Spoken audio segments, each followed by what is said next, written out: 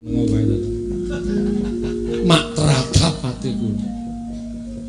Sampeyan ngendika Petruk nek kowe bangga tak potol ndasmu mati dina iki. Den, kula niku wong tuwa. Lha niku wis tuwa. Wis tuwa kok ora ditebaske. Kowe tak pancal cangkemmu lho, Gong. Iki arep sandiwara. Oh ya maaf. Sampeyan niku mestine kudune ngerti unggah-ungguh, ngerti tata krama.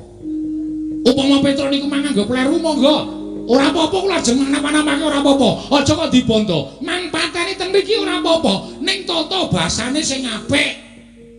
Tata basane sing apik. Niku wong tuwa iki. Ati kula kan keblek gunduk soal gembal. Sumerante hawala. Datang ngawusa manjing menunggu pit sanggar sangarup. Nenokan toko Jambu Lurah Petruk ing melajar nebe saking laladan negari Ngamarta.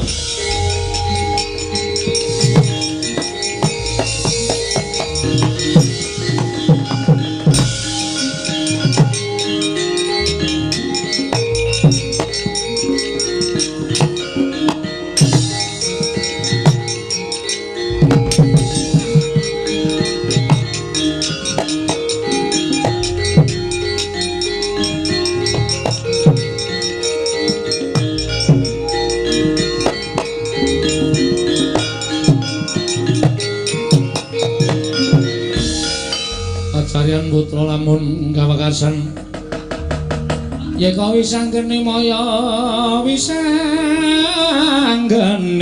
Wisnu Pradenta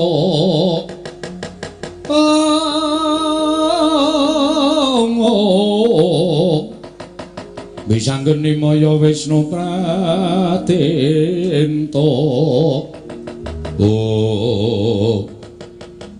Gong ayo mulih le. Ya iki kandhane ya aja mulih kok. Oh sik to.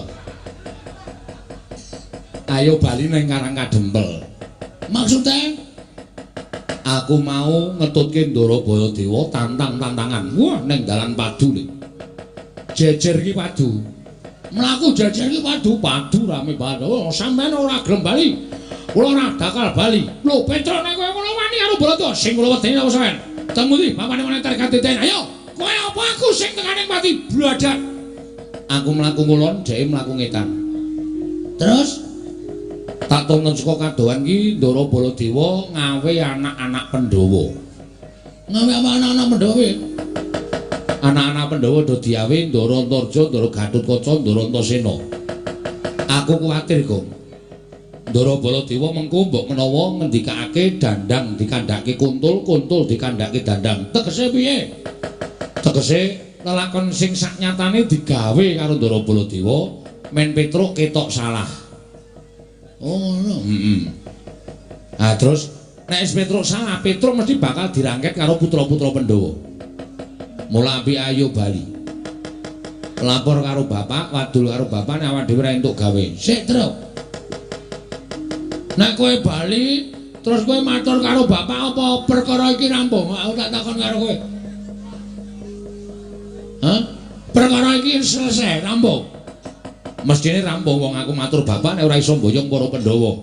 Tumrap kowe rampung, ning tumrap bapak ora rampung.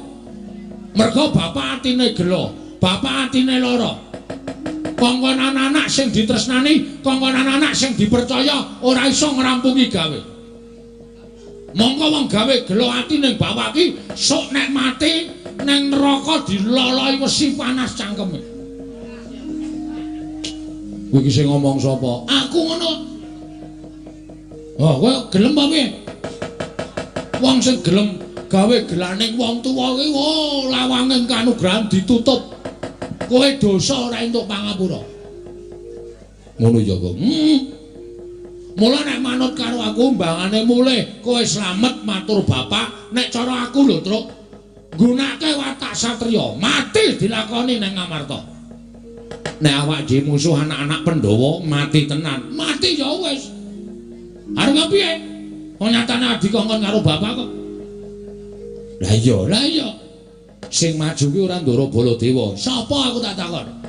Ndara Garukaca, Ndara Antarja, Ndara Antasena. Sajae do goleki karo awake dhewe. Rasa wedi kae bayi-bayi.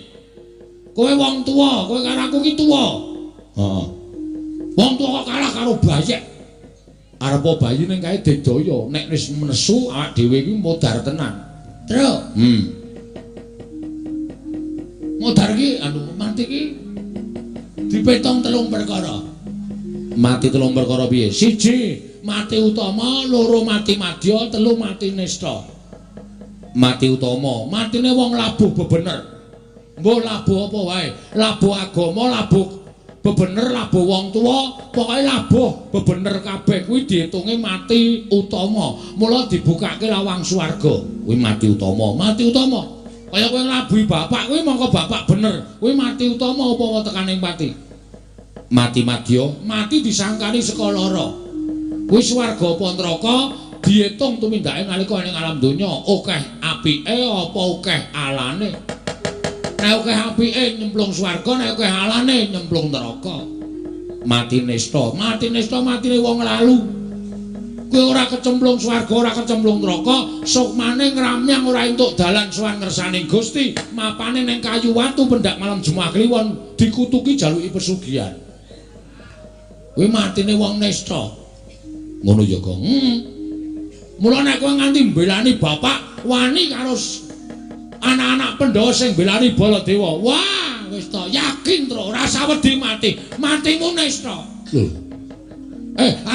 Utama. Ngono ya. Nek aku tetep mati piye, Gong? Wis ora apa-apa, santai wae to. Mati kok santai? Weh lah. Utama matimu kecemplung swarga. Wah, petuk widodari. Petruk, sukmane Petruk ayo padha diroyong. Wah, cekel widodari lebokke swarga. Blung. Sedelet terus cemplunge neraka. Wis. Iki piye to omongke wong deg-dege ora? Ngono kuwi asli, aku ora goro. Wah, ning atiku tetep tatapan. Ngene wae. Mengko nek putra-putra Pandhawa do tekan kene. Heeh. Kowe ora wani to karo Ndara Antasena, Ndara Garukaca, Ndara Antarja, ora wani. Kowe sing nantang utawa tok genahke masalah apa, tok elekke kena dijum sarana aris apa ora? Nek tetep do nekat arep nyekel kowe, omong aku tak rampungane terus. Iki ora ming cangkeman iki. Aku wegah iki nek ming ngomong tok. Kowe wani apa karo anak-anak Pandhawa? Wih lho. Kowe ngombe karo aku kok. Bagong iki nesu aja kok anak-anak Pandhawa. Mbok dewa medhon aku ora wedi. Waton dasarku bener lho, Tru. Heeh, dasare bener. Wis kono. Kowe nek Antasena tekan kene jak omongan. Arep ngapa kowe Antasena? Nyekel Petruk. Kena tak eleke apa ora? Ora, langsung jawe laku sikate. Oh iya. Serius iki, serius. Ben pokoke tetep aku. Tenan lho. Tenan wis. Nek tenan, kowe lungguh buri kene. Oke. Nek kira-kira kowe Antasena dijum sarana aris ora gelem jawe laku sikate. Ya, ning tenan lho. Rasa kuwatir pokoke.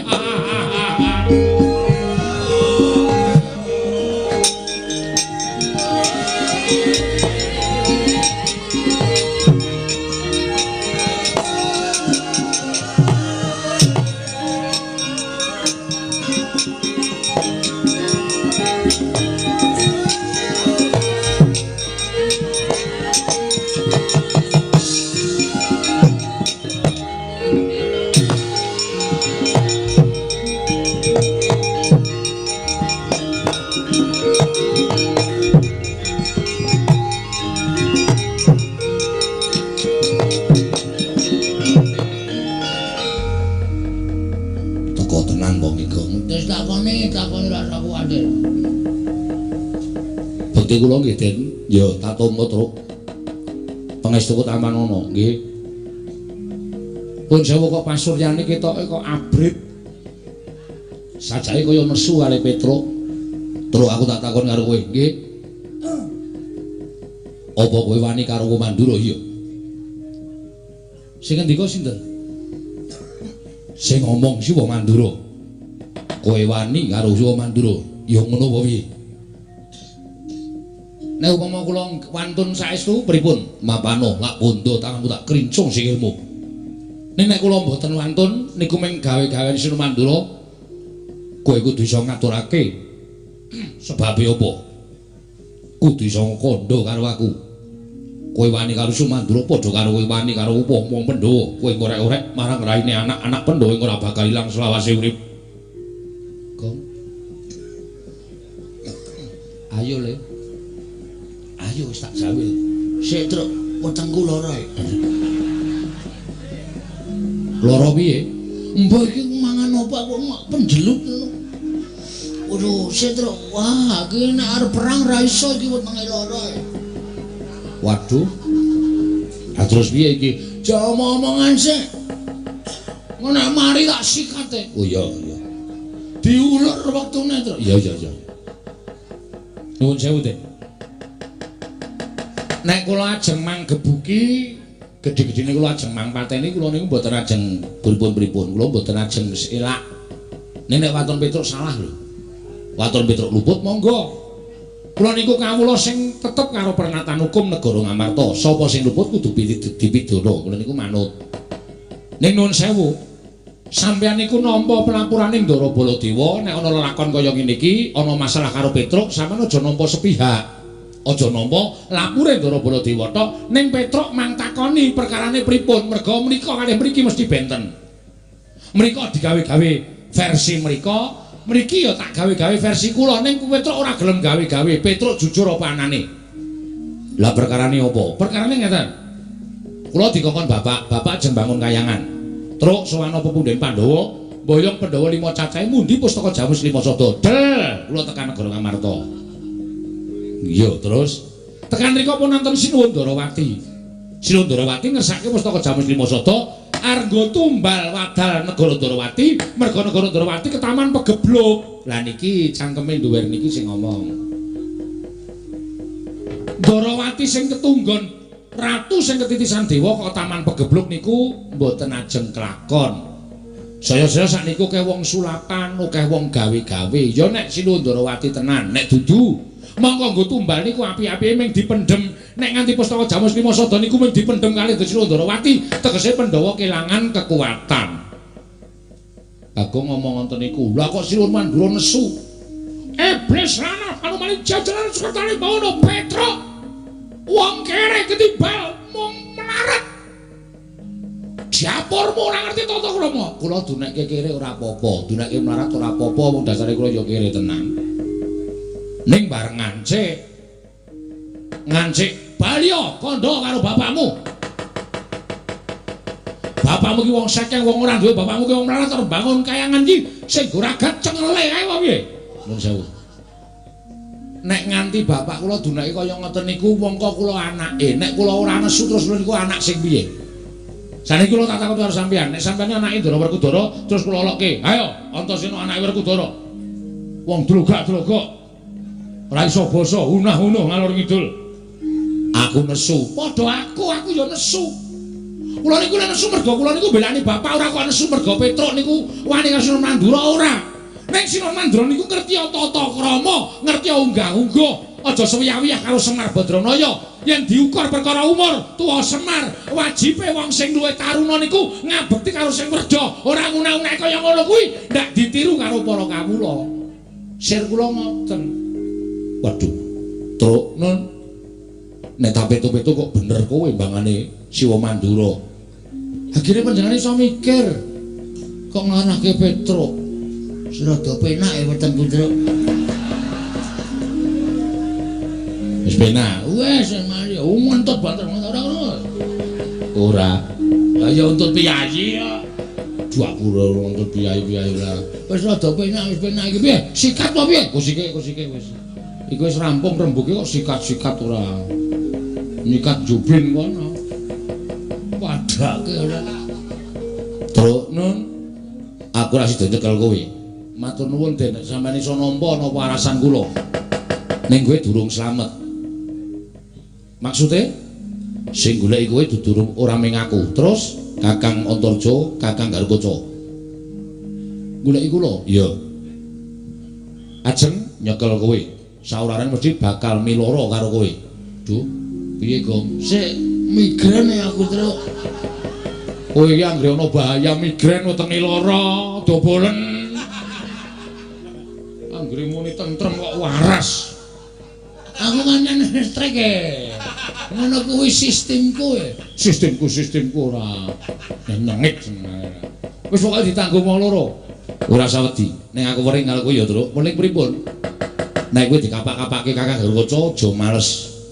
Lho, kok kula ora entuk males pripun? Nek kowe lara tak tambani, nek mati tak uripke. Ngangge napa? Aku duwe banyu sumut iki didaya, iki ampuh. Iki nek tak peres metu banyune. Iso nggo nambani wong lara, nggo nguripke wong mati. Nggih. Dadi Kakang Garwaca nek tekan kene, kowe arep dipiloro, kowe manut wae utawa kowe gawe sandiwara supaya Kakang Garwaca wedi karo kowe. Oh nggih, siap. Ketratase kowe diantem yen nganti kowe lara tak tambani. Upama dipotol sirahmu, aku sing nguripe karo kowe. Oke, wis ngono ya. Wah, leleng iki aku. Wis ngono wae. Aku tak ambles bumi. Sik. Sampeyan ambles bumi niku terus kula ngundang piye? Kula ora ngerti napa-napa e. Sik terus tak nampani sprek. Ya. Bagong ya ora senengane kok ya. Kowe ndak mesok. Nggih, ngoten mawon, wis ngono wae aku tak ambles bumi ya. Nggih. Santos. Ya.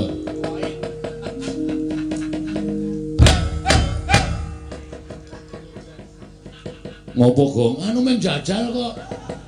Engko nek ora tak undang ora mara, wong edan opo kok dijajal. Dijajal nek lobok bareng. Lambene ra. Ayo terus semangat 45. Galuh kae gendetane. Ya, ku mlebet kang awe-awe abang putih sandiwane ku lambang sejatine pokoke sapa sing arep gawe patine Semar utawa gawe cintrakane Semar, luwe-luwe arep gawe cintrakamu terus diwaneni Ndara Antasena siap sumajya mbantu arep kowe. Ya, ngono ya, Kak.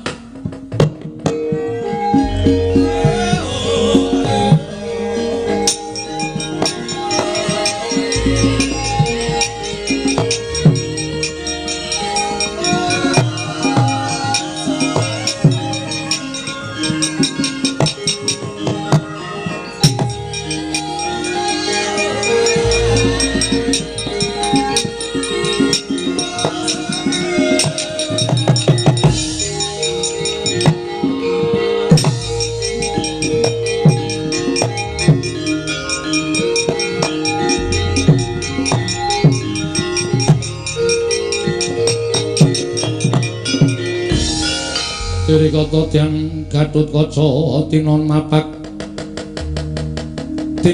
Karkasuta tekapira Kresna Parta maneher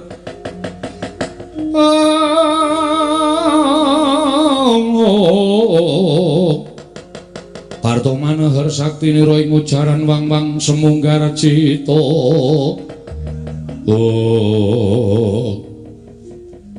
Ndara Gatotkaca, iya Petruk.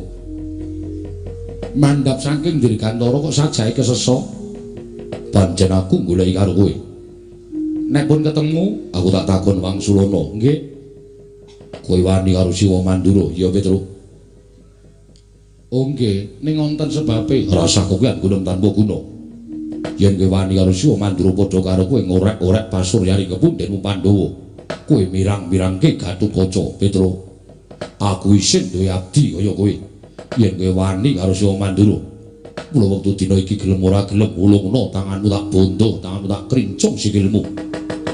Tak adepake ning Pradata Adil. Yen kowe bangga aja takut dosa kecandhak Gatotkaca tak potol ndasmu mati dina iki Petruk.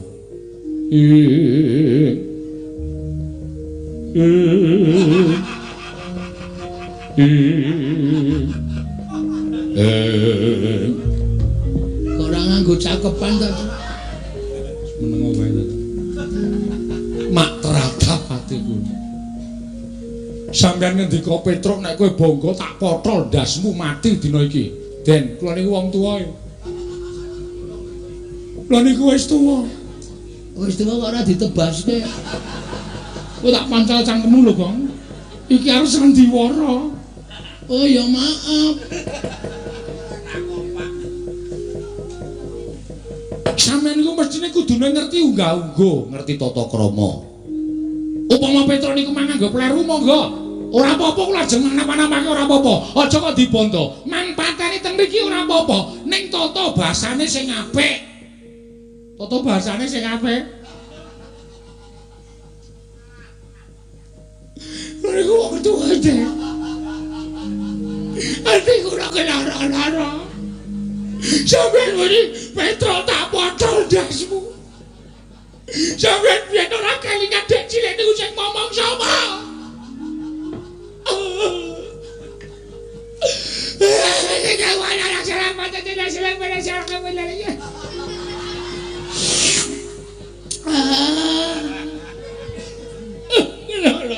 Hatiku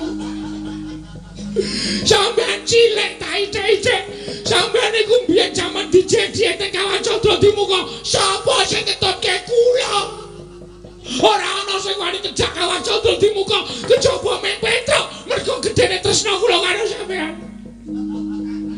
ning ternyata saniki sampean mentolo ngendika kaya ngoten Gojen mang pateni mang botol sirah kula dasmu ini nangis kok ngono Tak gepuke ndase terus ya. Ini loro hati tenan karo sampean. Loro hati kula. Ngomong pateni kula ikhlas. Kula marem nek mati kula niku saka tangane wong sing kula omong wae cilik. Lahir batin kula mboten ajeng gesura. Nek nyawa kula mengke tekan swarga, mesti ketemu karo sokmane mbahmu Prabu Pandu. Mesti Prabu Pandu dangu kalih kula. Petra. Lho iki Petra wis mati. Nggih sinuwun. Kena ngapa? Entek batrane. Iya.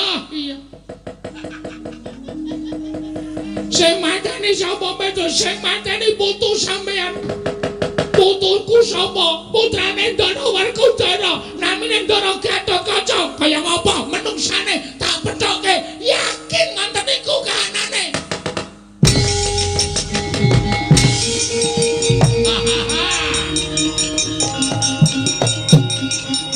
Ane warungake saka kono kaya ketoprak itu. Ketoprak jenggulmu kuwi ora. Nangise jan jos tenan. Kowe kok iso nangis ya, Tru? Ya iso ya sandiwara kok. Kowe iki biasane arang-arang nangis e. Kowe iki anakmu lara kowe nanggap dangdut kok. Jenggulmu mlocot. Oh, nek loro kok nanggap dangdut ora. Diandara Gatotkaca terus pleper. Mabur mergo tak unek-uneke.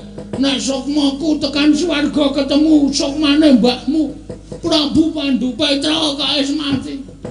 Nggih, batrane pun entek. Aku saka kono arep guyu ndak terani ngece. Aku arep gak sikut lho Kang kowe. Anggap ora. Glodak-glodak tak kira panggung arep diteteli. Yang sesinoman ngeterke. Seprek. Apa?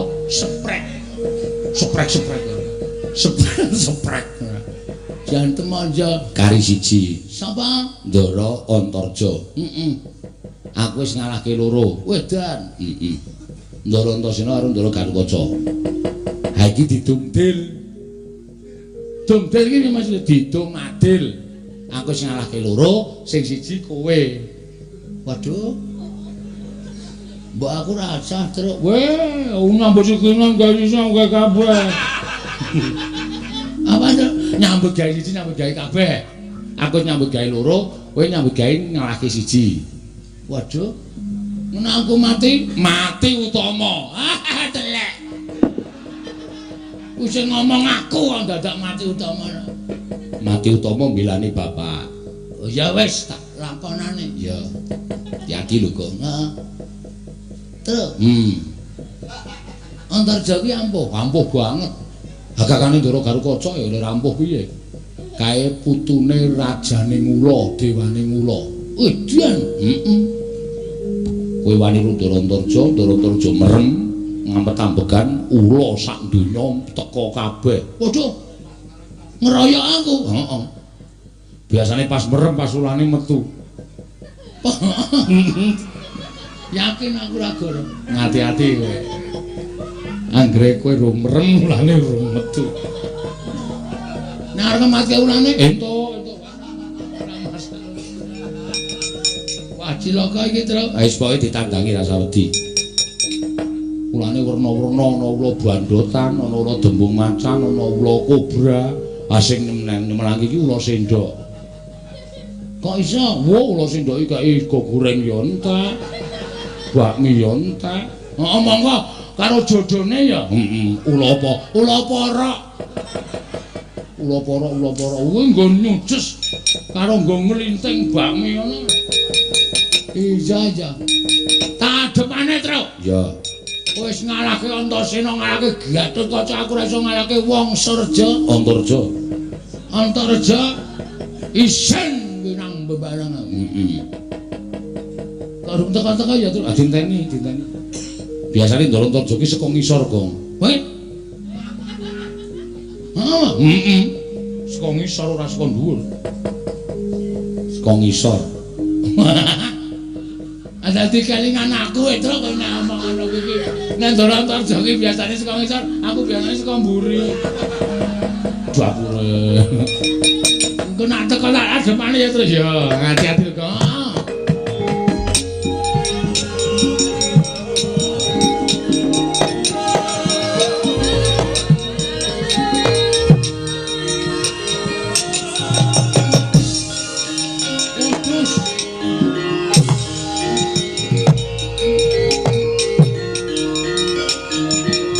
Munggih ngayuda apa bawatnya bentar ira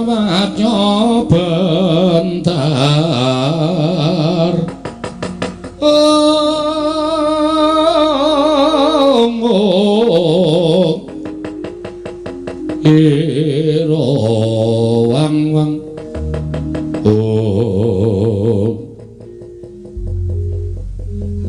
Ndara Antarja. iya iki Bagong. Nggih, iya. Duh, gugup aku wisan. Ana napa kok dadi sampean kok mrepeki anu napa jenenge iku napa jumeneng napa? Ketemu kalih kilu. Aduh. Kula. Aku tak takon karo kowe. Mang takon ning ampun angel-angel nggih. Iya. Engko ndak bijine elek. Iya. Petruk nendi? Nun, Petruk nendi? oh, sama madosi Petruk to? Iya. Tru, goleki kowe kok. Ngene ya, Le. Piye? Maksudku aku ngaso kowe tak kon ngalahke Antarja. Nek Antarja goleki aku, kowe muni ora ana. Ah kowe ana ki? Iya. Aku nang kene iki ndelik. Omongan nek ora ana. Engko aku ngapusi. Engko mati nesta lho, Tru. Ini tak kepruk wati ndas musik kene. Ora ngono iki to? Omong nek ora ana. Oh iya, ora ana. Ora ana. Nek ngapusi sing nanggung dosane aku. Oke. Petruk ora ana. Kowe mbudheke aku iya. Kowe grenengan ning kono karo Petruk aku krungu. Truk, krungu Krungu kae tetep muni ora ana. Aduh.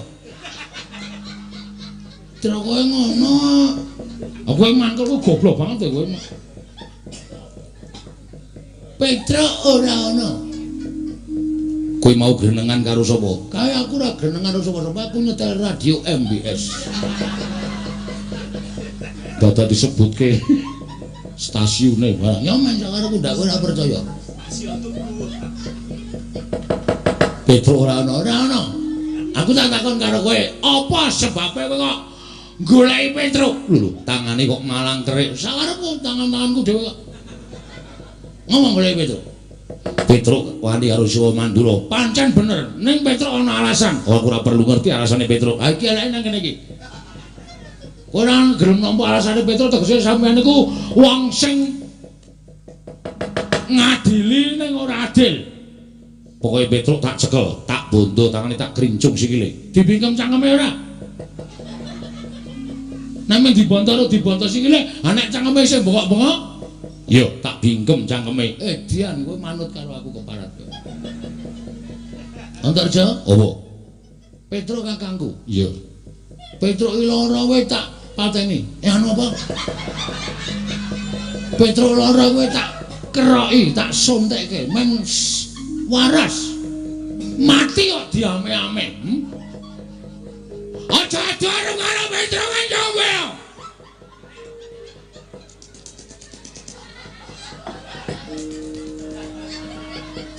Ki lurah bagus. Sing arep ngadepi karo kowe. Lho. Kowe nantang karo aku. Wani ye. Lho. Wani tenan karo bagus kowe. Ora minggat sembur meloso awakmu. Kepiye? Udan cangkeme ambane ra jamak-jamak. Iki urung iki. Iki nek gelem tak ambake meneh. Gedhe ambo tenan. Anggo ngomong dasmu cukup aja. Aku iki bendaramu kok ndak. Ora ana bendara karo Adi. Ning kene anane men Ngontorjo karo Antaboga. Antaboga ki mbahku. Waduh, ngapura ya ngapura. Karo Bagong. Yen ngono kowe wani karo terus Sing tawadane apamu? Dan iki ra mlayu-mlayu piye ya iki carane aduh. mati dening aku. Wah, Antarja. Lara atiku. Kowe mulai kaya kono. Kebangetan kok. Kebangetan. Kowe dek cilik aku ora tau ngomong. Bareng gede karo mentolo karo aku. Kebangetan. Ora usah dadak ngapusi karo aku. Truk. Aku ora sukses Ora sukses piye? Aku wis nangis ora dipercaya Aku iki potongane ora potongan memelas kok. Jo, Ngopo? yo ngarit yo. Hus. Sultan legane ngati ora bakal tak tinggal loncat. Ora minggat kramasi epek-epek. Kok sih Jo, aku wis bar kramas mau. Gak aku nonton kramasi meneh. Aku bar kramas. Kramasi epek tegese tak nggo gatheng siramu. Dian tenan kowe arep nggo gareng sirahku. Gatheng. Gareng, oh gareng. Kowe ngerti ora? Aku sapa? Aku anake Semar. Semar ki sapa? Dewa Kaisang Hyang Ismanto. Ngawur. Sapa? Ismaya. Ismaya apa Ismanto? Ismaya. Aduh, kleru. Ismaya bapakku kae kakange Bathara Guru, kae Bathara kepala sekolah.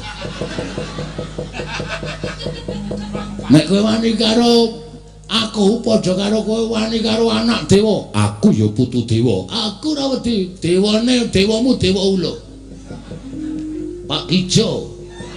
Bakul ula mbok gem percaya ora percaya pokoke lemo ula. Setan rata-rata. Wah, setan kaya setan. Arep piye? Ayo, kowe ngejawab apa? Ora minggat lega. Kekulong dereng bakul kene. Wes. Wah, mati ya. Aku nak gelem.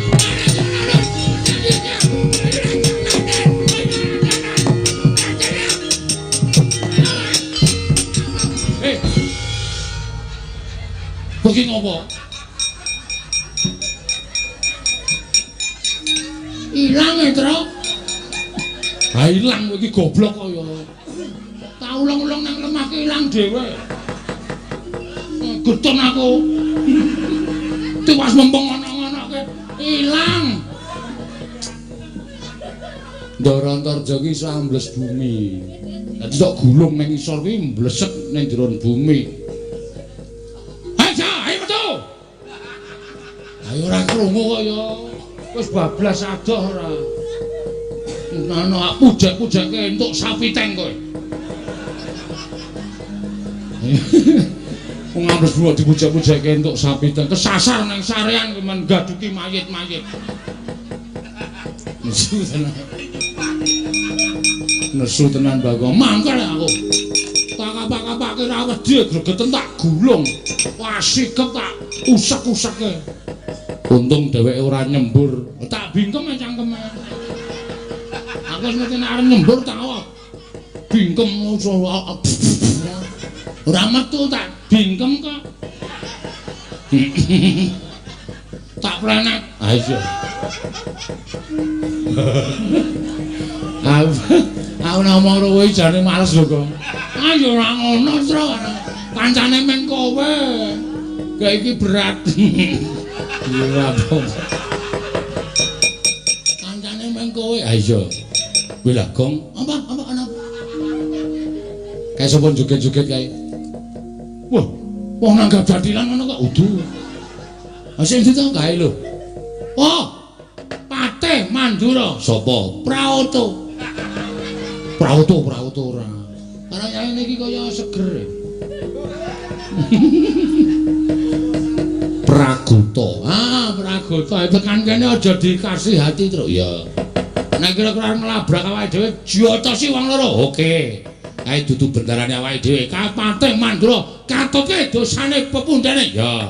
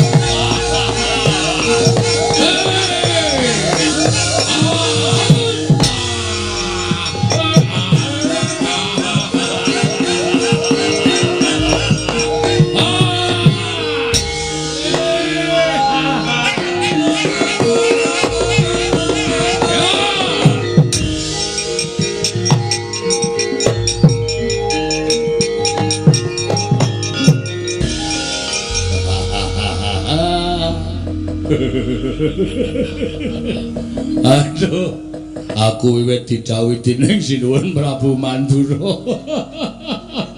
Ora iso mbayangke. Aku pate kok mungsuh wong edan-edan.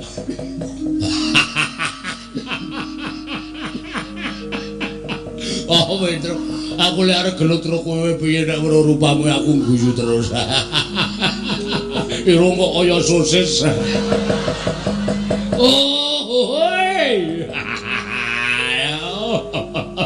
Wundule bodong.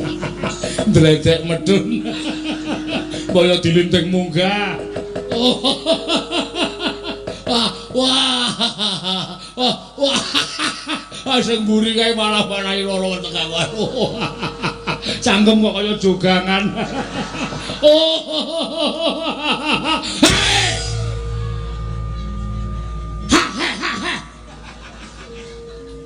Gelek ora meneng guajur raimu. Iki ki menungsa digeguyu.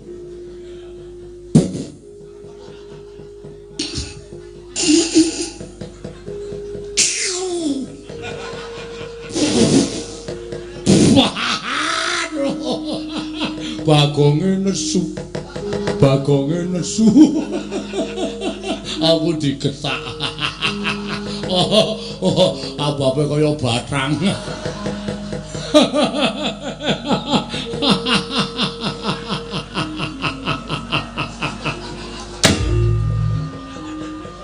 Lek golek sandal yo nendi? Aja dibandem sandal ora. Kendel. Yo kaya.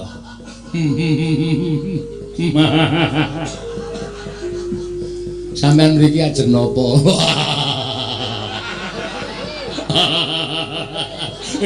Pertanyaan goblok. Oh, pitakonan goblok iki. Aku rene genah goleki kowe. Lah nggih.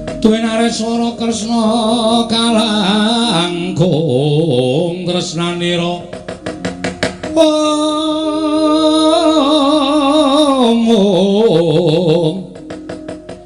tresnanira marang Diabanon Jinawi. Wah, panesmaning jajaran surtaning kawula iblis anak. Wah, anak-anak Pandhawa bubar mawut. Sarang tunjang rebut duca Prabgata mundur merangkange Petra Kantong Bolong. Kowe saya ngias Maranata Mandura Prabu Baladewa. Ngilani Maranata Mandura Prabu Baladewa Petra ora minggat Gretel Nenggala dadi apa kabeh.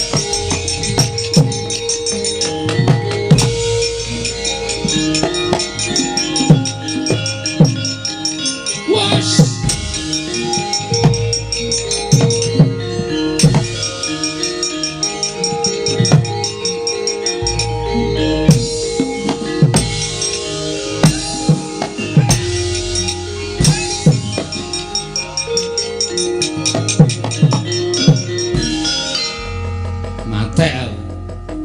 ora mlayu, modar tenan. Sinul Mandura sajake duka tenan karo aku. Weh, Petra Kantong Bolong. Ora minggat sukarepe Nata Mandura Prabu Baladewa Gretel Nenggala jeblok ketemu. Waduh.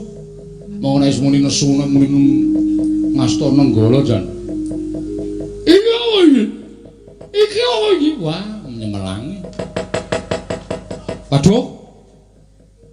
Waduh, Bagong.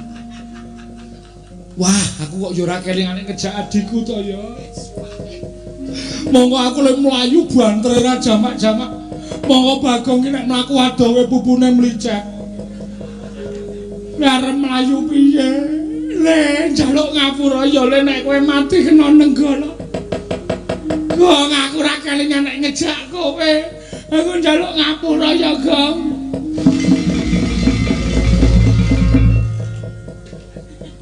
Kok iso mlayu, Gong? Ngojek e. Lho.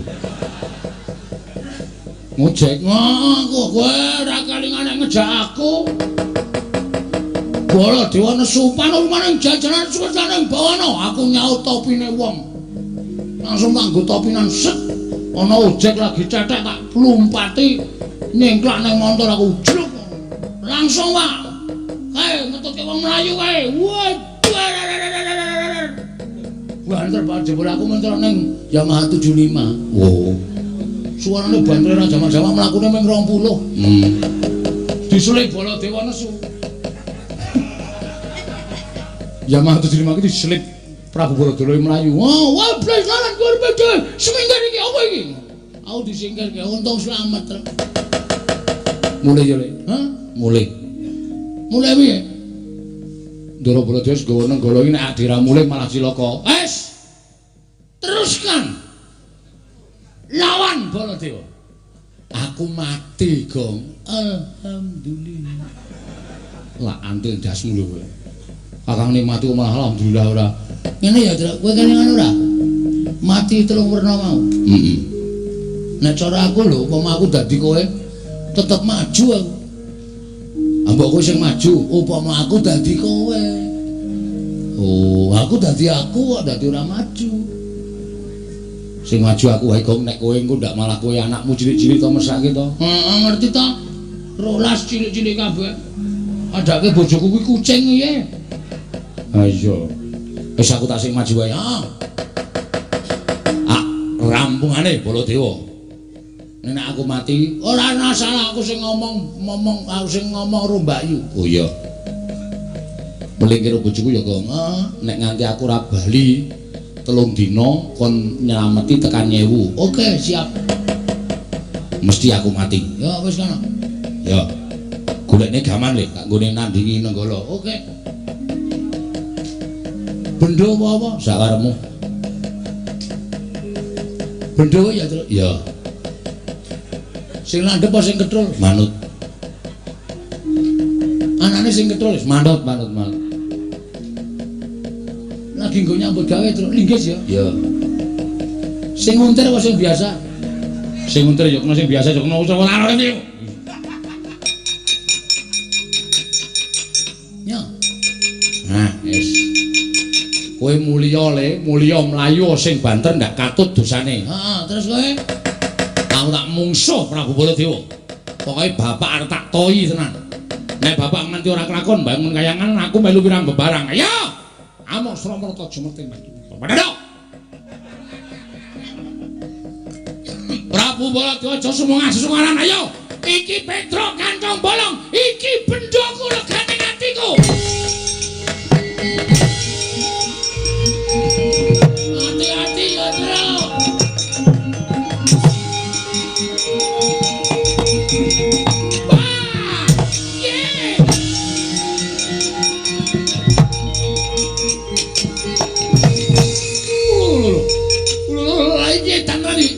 Wah, Petro wani karo Baladewa. Wis ket mau wani rasa dadak domongke. Wah, edan. Lho iki nggo apa iki? Ayo, iki Kyai Bendro. Iki Nenggala. Wis ora urusan iki Bendro. Iki tamake Gunung Jugruk Segarasat. Iki tau nggo nyolong gori ping 3 ra konangan. Wah, weh. Wah. Mani jalan. Wah, ora minggat gredel Nenggala. Mantap mati dening aku. Ayo, kamu.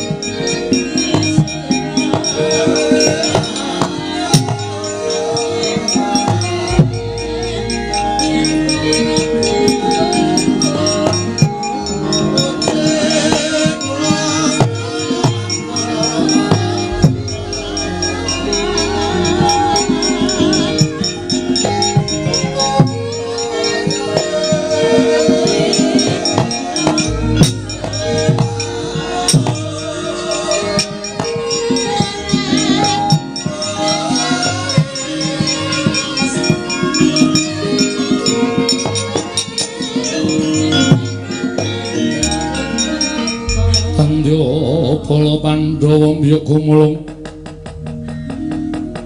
manggung siring sata Kurawa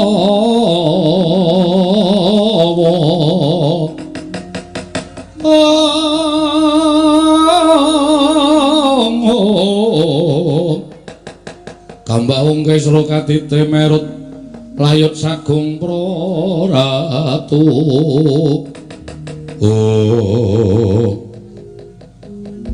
Yayaji sewu-sewu kalampatanipun ingkang Raka Tadah Wadana ngantos radi randhat anggen kula amenggak kamurkanipun Koko Prabu Mandura Bekasan Petro Kantong Bolong kenging Kyai Nenggala kendang kapracundang kuntal kaprapal kula nyuwun pangapunten nggih Yai kula nyuwun pangapunten sajaipun Petro pancen niat tetangi dhateng kamurkanipun ingkang Raka Mandura Bekasan kula boten saged ngampah mubal babaling kanepson kula ngasta Kyai Nenggala Petro Ketaman Nenggala kendang kapracundang kuntal kaprapal.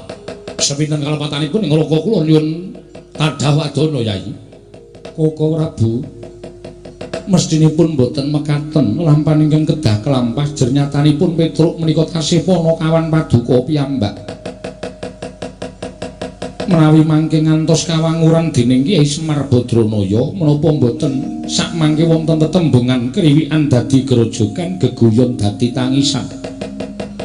Menawi ngantos Kyai Semar mboten narimakaken Petruk sakmenika mapan wonten ing pundi sampun dumugining pejah menapa tasih gesak Yayi. Samangke wonten margi ing badhe kula aturaken Koko Prabu badhe paring dawuh menapa.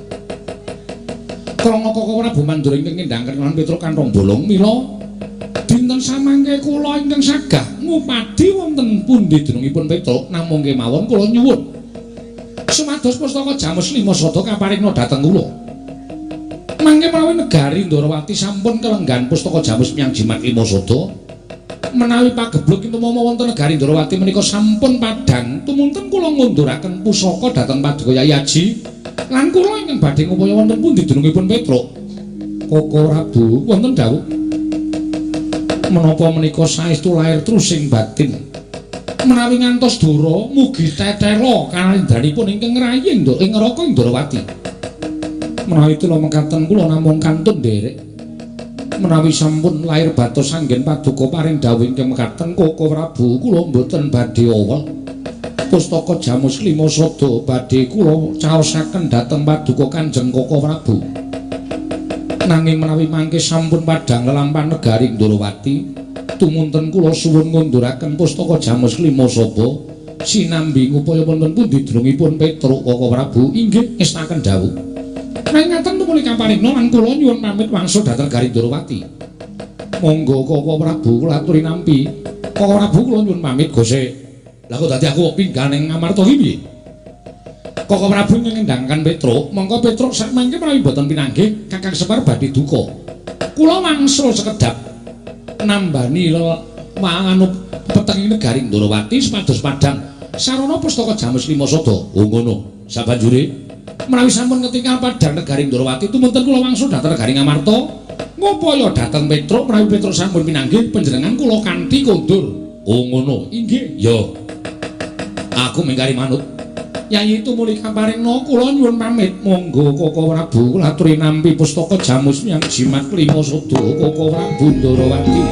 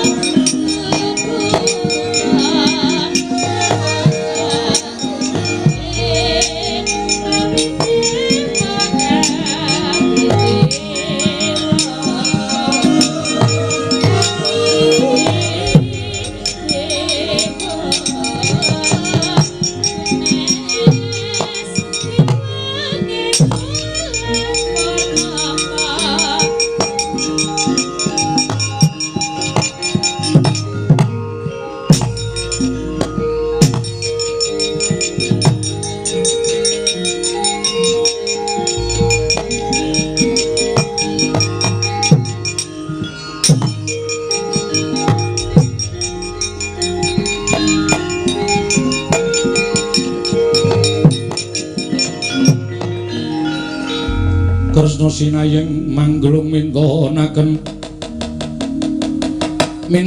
Dewi Kramanira kang kumitiraning asta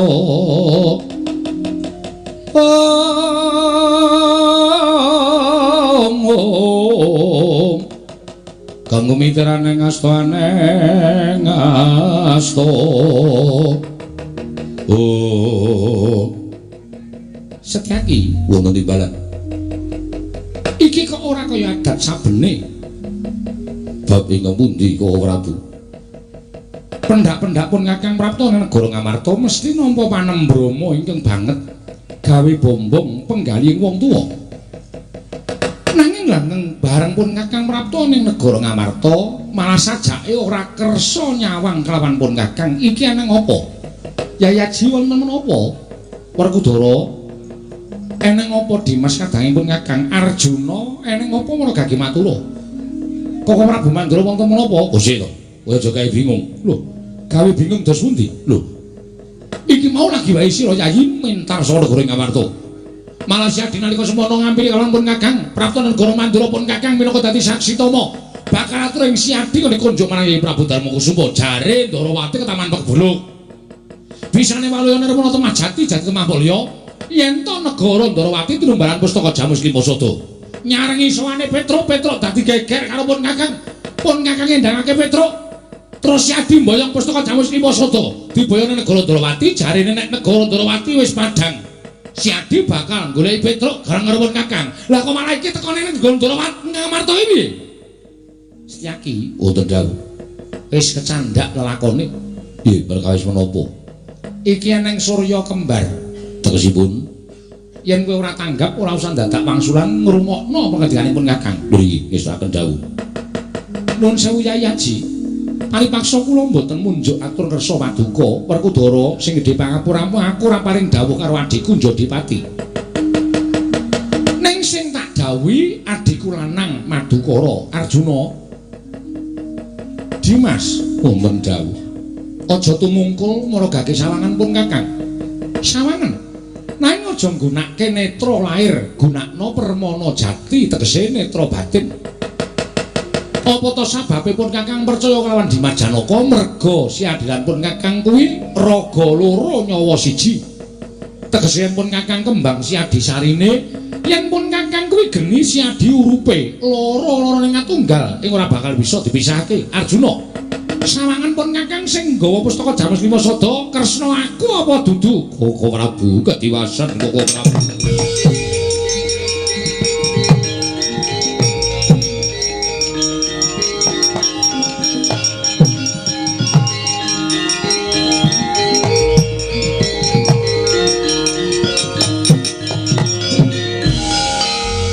Koko Prabu mboten nginten babar pisan bilih negari Ngamarta kedatengan telik Mangindrajala ingkang wantun dusta pustaka Jamus Limasada ingkang madha rupa kaliyan paduka Kanjeng Koko Prabu Ndarawati.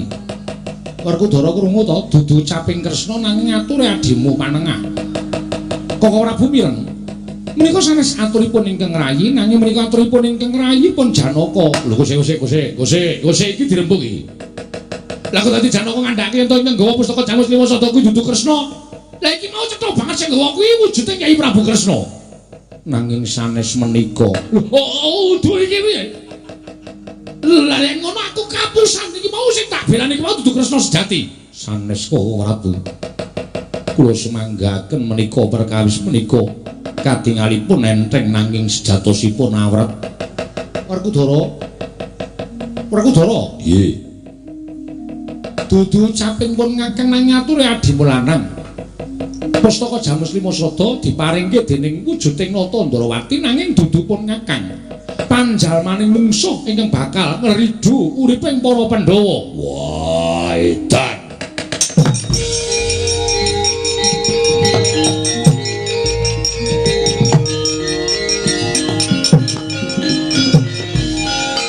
Kresna kakangku. Werkudara piye? Werkudara ki nggone wong utuh apa anane? Sing tak sawang ya kuwi sing tak percaya. Wah, mongko penyawangku cetha sing nggawa pustaka Jamus Limasada wujude Kresna. Arepa kanthi pawadan lambaran adiku Madukara. Ning nyatane sing tak weruhi wujude Kresna. Mula ora usah dadakokan gunem sing tanpa guna. Baline pustaka Jamus Limasada kowe ora iso gawe baline pustaka Jamus Limasada. Aja ngaku kadang tuane Werkudara.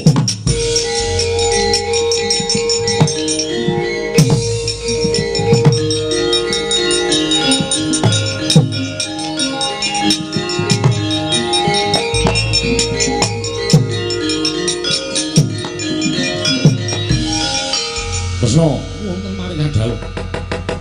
Nadan sing tumindak dudu kowe nanging wong semene akeh ingkang padha mapan negara Ngamarta padha prisa kabeh lan ngerti kabeh yen pun Kakang ki belani wujuding Nata Ndarawati.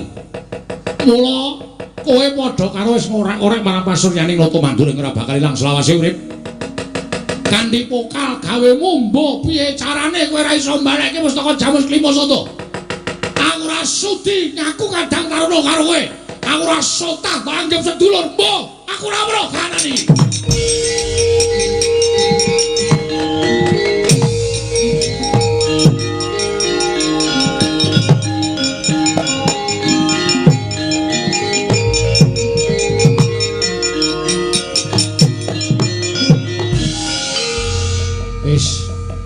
Nek wis ngene iki sarep apa coba? Pun Kakang kowe ora ngerti pojok plereting kahanan kentrangke muling lakon lha kok dadi kena awanget. Koko Prabu.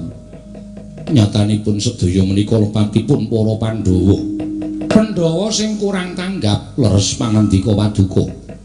Semar kuwi wong kang wasita. Mula Semar kaya ana ingkang ngarani samar merga ora kena ginagapan penggaling Semar. Semar nangis kuwi durung karuan yen to atine sedih, Semar guyu kuwi yen to durung karuan yen to atine seneng. Nggih. Ning Semar kuwi wong tanggap ing sasmita. Satemene Semar ngerti yen to negara Ngamarta kuwi bakal ketekan mungsuh. Tumuli utusan Petruk nyelametake pustaka Jamus Klimasada. Semar ngerti yen to Ngamarta ana mendung aja nganti dadi udan. Budidaya supaya ngentasake mendung mau nanging mendung wis dadi udan.